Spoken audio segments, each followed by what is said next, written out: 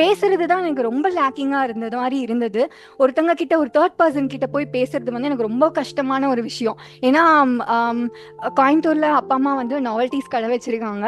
First ஒரு நான் school டேஸ்லேயே வந்து எப்பாவது அவங்க வெளியில பக்கத்துல போனாலே நான் இருப்பேன். இருக்கும் போது அன்னைக்கு ஒரு தடவை ஒரு கஸ்டமர் வந்துட்டு ஆஹ், என்ன வேணும்னு கேட்டேன். உடனே கத்த ஆரம்பிச்சிட்டாரு. என்ன எதுக்கு கத்துறாருன்னு எனக்கு புரியல. எனக்கு ரொம்ப பயமாயிடுச்சு. அப்பதான் அவர் சொன்னாரு, என்னம்மா கோயம்புத்தூர்ல இருந்துட்டு ஒரு மரியாதை கொடுத்து நீ பேச மாட்டியா?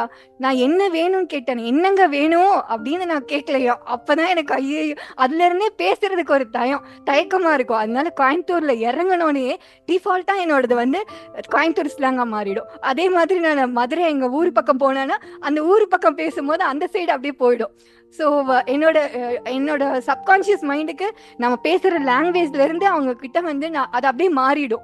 ஸோ அந்த மாதிரி அதெல்லாமே காலேஜ் டேஸ் வரைக்கும் எல்லாமே இருந்தது.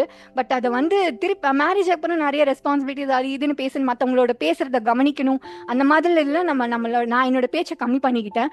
பட் இப்போதான் வந்து நான் என்னோட காலேஜோட அந்த ஒரு இதை வந்து சார் தான் அதை வந்து என்னோட அந்த சைடையே வந்து நான் அடிக்கடி நினைப்பேன், நான் எங்கேயோ தொலைஞ்சிட்டேனோ, நான் ஏன் அந்த மாதிரி ஒரு இது என்கிட்ட இல்லையோ அப்படிங்கிற ஒரு தாட் இருந்துகிட்டே இருக்கும். பட் சார் அதை பிடிச்சி இழுத்து நான் திருப்பி இந்த இடத்துல கொண்டுட்டு வந்து இந்த அளவுக்கு பேசுறேன்னா சாருக்கு தான் மிக மிக பெரிய தேங்க்ஸ்.